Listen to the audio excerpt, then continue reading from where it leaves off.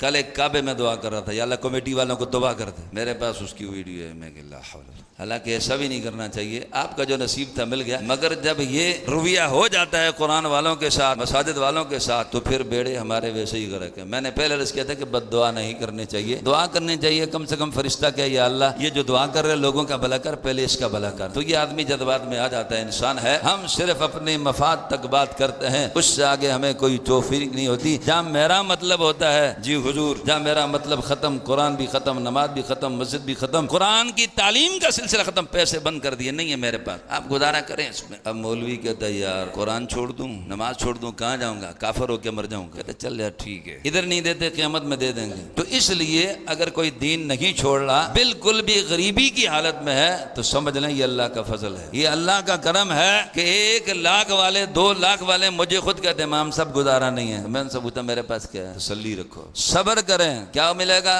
چپ رہے سینتے موتی ملسن، صبر کریں تے ہیرے، پاگلو وانگو رولا پاویں، نہ موتی نہ ہیرے۔ اور نہیں تجھے گاڑی ملے گی، نہ حج عمرے کرے گا، اس صبر پر جنت مل جائے گی، یہی تو تلاش ہے مومن کی۔